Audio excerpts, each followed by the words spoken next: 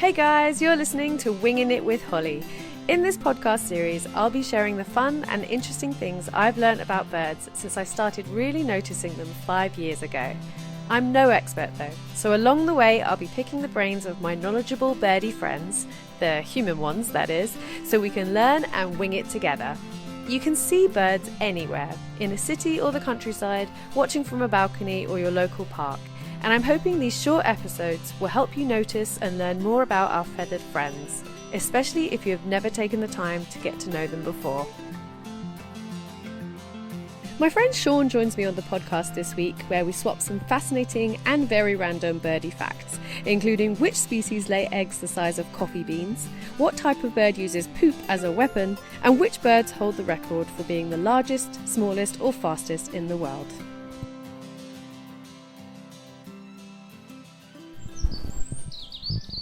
Maybe just start rolling and that way. Yeah, I do just need to check the levels anyway.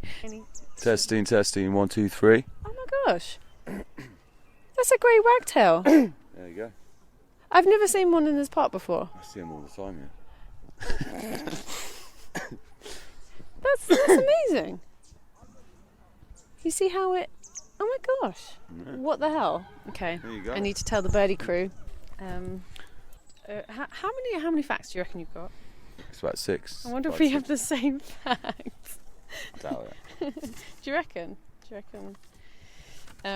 So, Shawnee G, welcome to Wingin' It with Holly. Family friend, wouldn't you say? Yeah, definitely, yeah. And I'd definitely describe you the same way. I just want to point out to the listeners that despite, in your intro, you're saying knowledgeable people about birds.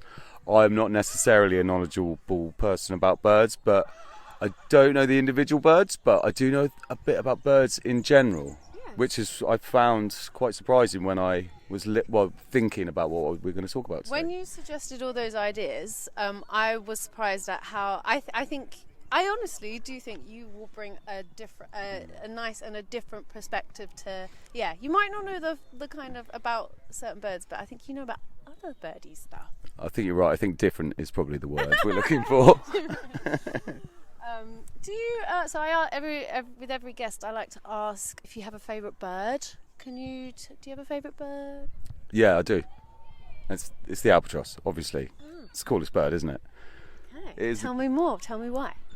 Well, I just never heard a bad word said about an albatross. Right? They mate for life. They live for ages. They can do amazing things. They've got the longest wingspan of any bird. Mm-hmm. Do you know what? Can you take a guess about what that is? Well, it's funny you mentioned albatross because this is why I feel like we might be bringing some of the same facts to this episode. Yeah, they're the biggest flying bird in the world, and the wandering albatross has a wingspan of 11 feet. Is that your information? Yeah, fact check. That checks out. Yeah, that's taller than me.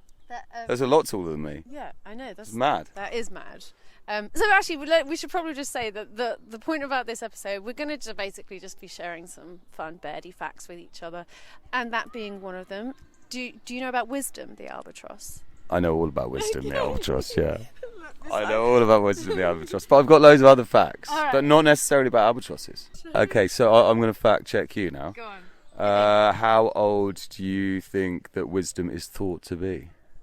I reckon. I know, it's because I've got it here. Well, she was first, sort of like, I think. Well, I read they use the word banded, but I think that means ringed. I'm not really sure, but in 1956, so they think she must be at least 70 years old. Yeah, checks out. Yeah. Is that Yeah, oldest confirmed wild bird. Isn't that mad? That we think, yeah. That's incredible. Yeah. And how many chicks? Between 30 and 36.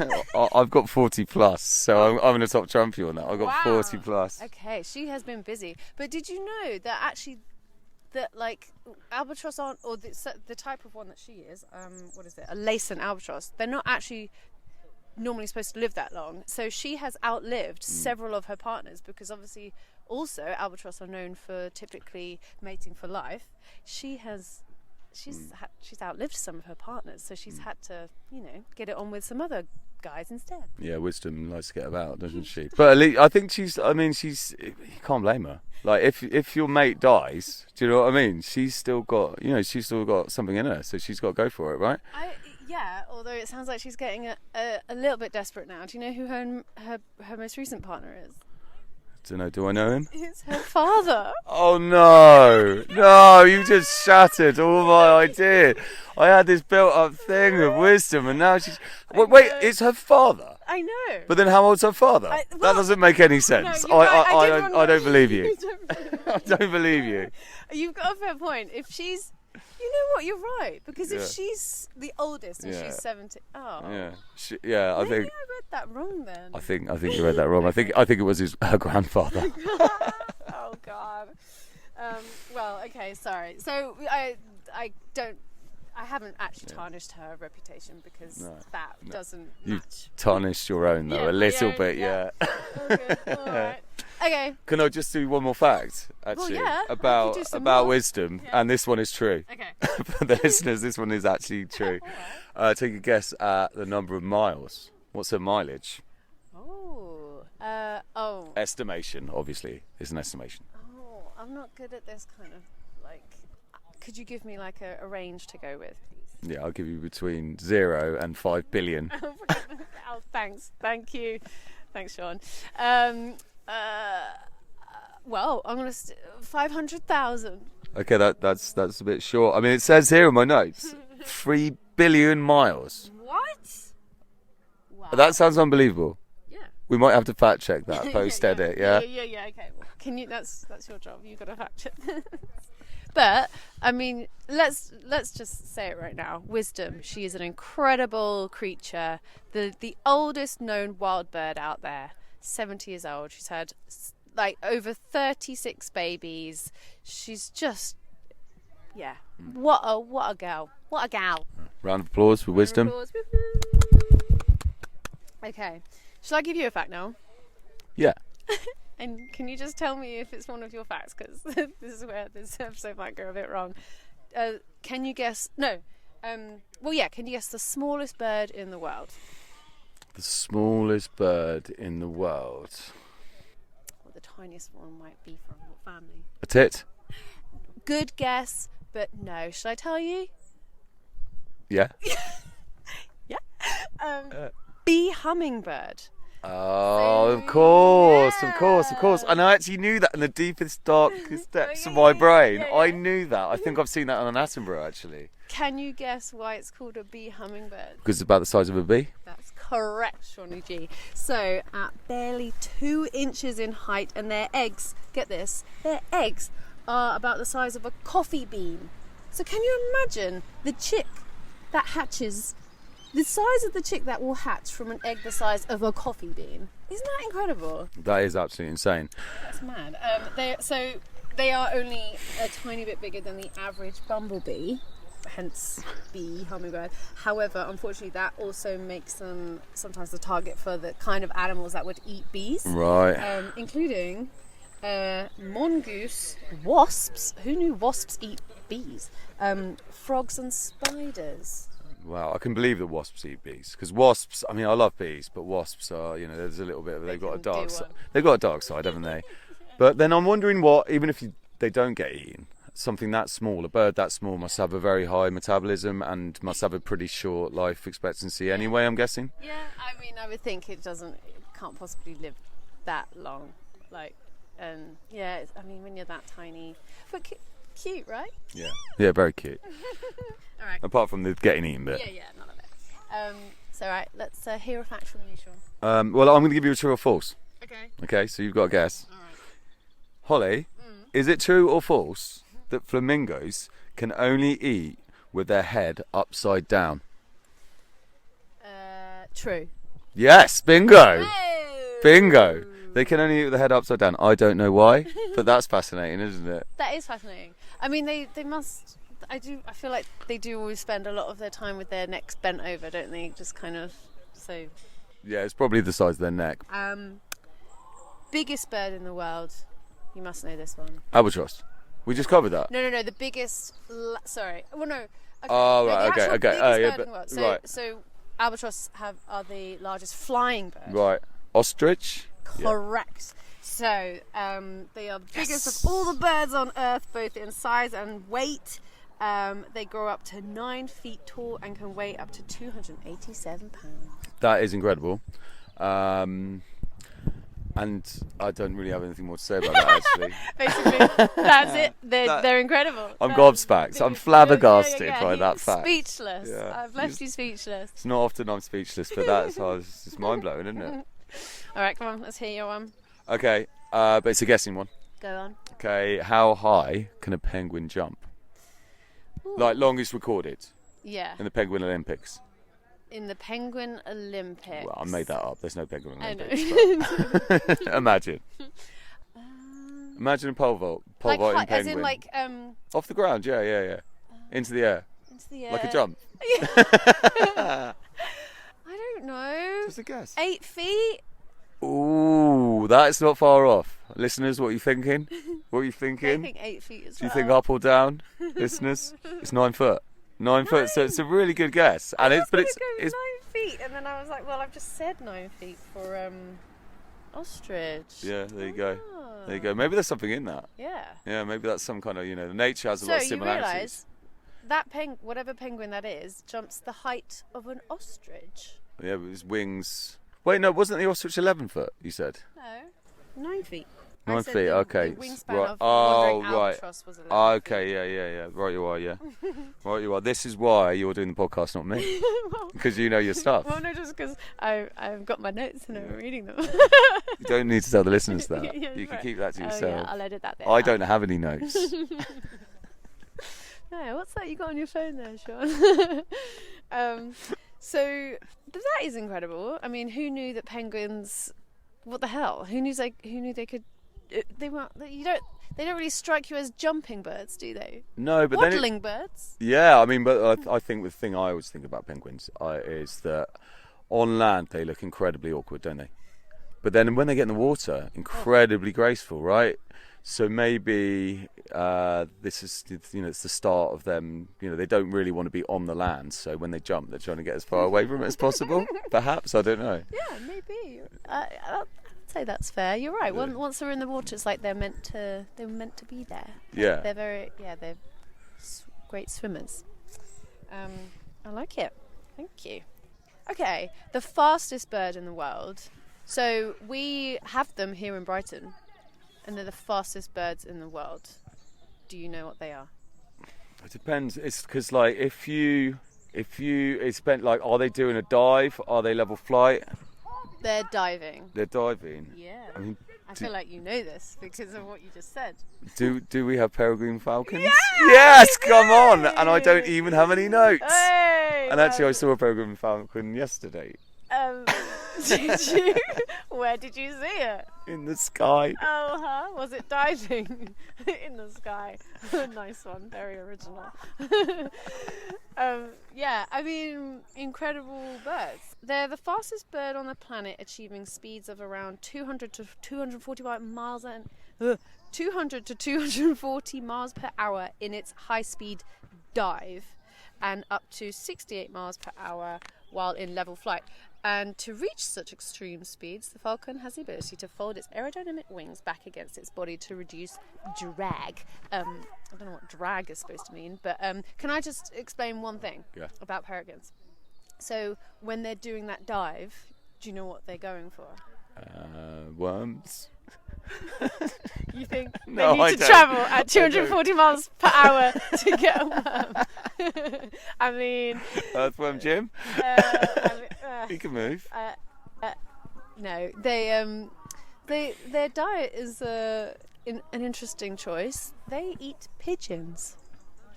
So they will often. So peregrines they'll be up high really high up on some sort of skyscraper or some sort of structure, and they'll see pigeons down below, and oh my god, the dive is basically so that once they the impact on the pigeon is that it's instantly dead. Right. Like they get it and it's dead. And So they kind of intersex them and just bash them. boosh, yeah. Right. And they're gone. Yeah. Yeah, isn't that crazy? That is crazy, and I find like the way that birds attack other birds, I find that quite interesting. Yeah. Do you know I saw an Attenborough documentary that some use their birdie plops. Excuse me, birdie plops? They use the birdie plops to attack other birds. Okay. Yeah, the birds, they bombard other birds with their plops, yeah. What do you mean they bombard them? Well, like they fly over them. What, and just shit on them? Yeah, and they just shit on them. And because if a bird gets like bird plop in its wings, sometimes that can be fatal because they can't fly properly as well. Do you think that's what's happening? What kind of bird is this? It's fieldfares. Fieldfares versus so it's like in the fieldfares versus. I saw it on Attenborough. Fieldfares, right, Yeah. versus Raven. It's on Life of Birds, right? This is Okay. true. If you don't have to fact check Attenborough, right? Okay. Use the plops as a weapon, and like they get them in their feathers, and that can be lethal because they can't fly. Wow. Yeah. Interesting. Also, while we're on the subject of birdie plops, Yeah. some birds, and I can't tell you which ones, but some birds, the dirty ones, Yeah. they go for plops before they take off to give them an easier run of it, right? And a nicer flight. And some of that can be up to a third of their body weight. Are you saying to fly better, they unload before they fly? Yeah, like you might do before you go for a run, for instance. Stop! Don't get so close to the microphone when you say that. Oh God. Yeah, that's exactly what happens. Yeah. Sean, Yeah. how many? Oh, sorry, can I add one more bit to that? Yeah. I just want to put it in context. Yeah, so yeah, you were saying please. up to 240 miles an hour. Yeah. To put that in context, the speed of sound is 767 miles per hour. So that's good going. That's getting on. That's over, 2/2 of the speed of sound. Yeah. They are fast. That's a fast bird. incredibly fast birds. But if it's diving, is it essentially falling? No. Okay, I it's don't know. gliding. You're right. No. But they're I reducing- see what you're saying. They're reducing drag, and drag is their air resistance against their bodies, right, or their wings. Yeah. So it's a controlled descent, right? It's like falling with style, Yeah. as Buzz So- Lightyear would say. Exactly. Yeah. Well said. All right, I've only got one more fact. So, how many do you have left? I got a couple left. Okay, come I on, think. let's hear 'em. Okay. So birds' heartbeats. Yes. All right. Yeah. And so birds are obviously they're very diverse, but they can range. And I'm not even going to make you guess here. They can range from around 100 beats per minute while resting to around 1,200 beats per minute while flying. Wow. So that's I that's a reckon big the range. hummingbird is in that latter figure. Yeah. Because they're like the way that they fly, their wings. They must be working so hard to get those wings flapping that amount. Yeah, and they're small as well, aren't they? And they're small, so they're going to have a high metabolism, and that's why they can flap so fast. I Wow. guess. Oh, their little heartbeats. Anything else? This is an interesting fact, actually. For a long time, and this is about bird song. For a long time, it was assumed that female birds don't sing in the northern hemisphere, and it was an assumption made by, at the time, the ornithologists were mostly men. And it was assumed that this was just a global thing because they were like, only the male birds sing. And so it could be sexism, or it could just be like that's what they saw. But then it was actually in Australia, they found that there were females that were singing, and it was resisted for quite some time. I think that idea, because it was so kind of indoctrinated in ornithologistic documentation and literature that people didn't believe it, and now and finally they got the proof, and it is. They didn't believe. They didn't believe that birds would sing. So they couldn't get that. The theory that it was just all males. Yeah, it's funny. I mean, I do think there are. We've definitely got species here that where the male sings and the female doesn't. But I would be hugely surprised if it's not. It can't be all species. In fact, it's not. It's not. But yeah, that is a. It's only in the last 20 years that's happened, Wow. and you imagine how long people have been studying birds. Yeah. It's only in the last 20 years. Sorry, not 20 minutes. That people have realised that. So that's good to know that we're still learning. Oh my God! We're yes. still learning so much more. Oh yes. And also, while I'm on birdsong, this is a cool fact. Go on. Whale song Yeah. If you speed it up, guess what it sounds like? Bird song. Yes. What? And it goes back to the metabolism thing and the size thing, right? Whoa. So, and like obviously, evolution and so on. That's an interesting fact. And whale song is so beautiful as well, isn't it? And just like, both bird song and whale song, they're just quite magical to listen to, I think. yeah, I think so, yeah. And also, Nice segue there. well, but I mean, actually, like just going back to you say, it is beautiful to listen to, and you think actually like about the vocal capability of the bird, right? They can the range of pitch and the speed of the changes of pitches and the frequency of the different like beats and so on is actually, I think it's the most complex vocal ability of any animal. I'm pretty sure, sorry to interject, we have a species of bird here. It might be the wren, or there's something that we have where I think it's got two like vocal cords or something. So it can project one set of notes through one and then another set of notes through another. Yeah, so they can do two tones at the same time, yeah. Which kind of makes sense because there are some very intricate, complicated bird songs where there's just so many notes in there that you can't. It's like it's amazing how they're singing that way. Should we finish off with one more fact each? Yeah, I got a story fact. Yeah. Okay. Do you want to go first? I'll go first. Basically, how many bird species are there in the world? Approximately. I'm going to guess. It's going to be loads. 125,000? Nowhere near as many actually. According to the RSPB website, there are 10,000 species of bird in the world. So I was out by a whole order of magnitudes there. You were. I didn't want to make you feel bad, but yeah, that was a bad guess. I proved it. I said I'm not knowledgeable about birds. No, but you have actually today given us lots of facts. Most of them probably incorrect. Well, I mean, I guess we can, take this episode with a teeny tiny pinch of salt, but it is mostly fact, isn't it? We've done some research here. Yeah, and feel free to write in and tell us where we've gone wrong. Yeah. Yeah. All right, let's hear your last fact. Okay, it's a story fact, okay. And it's about the honey-guide bird. Have you ever heard of the honey-guide bird? I feel like it's ringing a bell, but I can't picture it. It's an East African bird. Okay. And it has formed an interesting relationship with the Yao people. I may be pronouncing that wrong, and I'm sorry if there's any Yao people listening. Feel free to write in. And this has been going on around 500 years. So the birds, the honey-guide birds, and they're called honey guides for a reason, they love the wax cones inside the beehives. And they can spot them up in the trees, but they can't crack the hives open.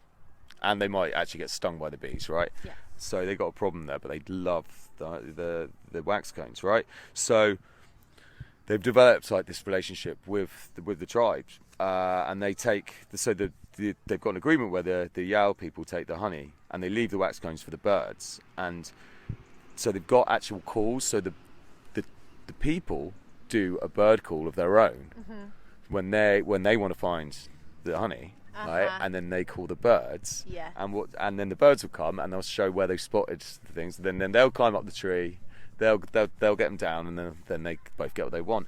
But what's even more interesting, I think, is that the birds have a call specifically when they're trying to call people when they've spotted one as well. So they're not calling other birds; they're calling people. So that's I love it. I love that when humans and wildlife sort of work together for something where it benefits them both. I feel like I've seen that on quite a lot of documentaries in Japan. I feel like there's a thing in Japan as well. Like I feel like there's a lot of working together with wildlife. Yeah, definitely. I think I remember seeing something about like a bird that would, a family that were, I think they were rice farmers, and they would tell exactly when to harvest the rice, because or maybe to sow the rice, or sow the seeds. I can't remember, but when a certain bird that came back every year would come and nest in their loft. Yeah. and then they knew it was the right time. Oh, I love it. That's a great fact to end on. Thank you, Sean. Oh, it's been absolutely my pleasure. Good. So I hope you've enjoyed those birdie facts, guys. And Shawnee G, thank you for coming on. Hope to have you again soon. I think we've got lots in the pipeline. Yeah. So thank you. Thank you very much, Holly. Goodbye. Thank you, listeners. Bye. Thank you for listening to this episode.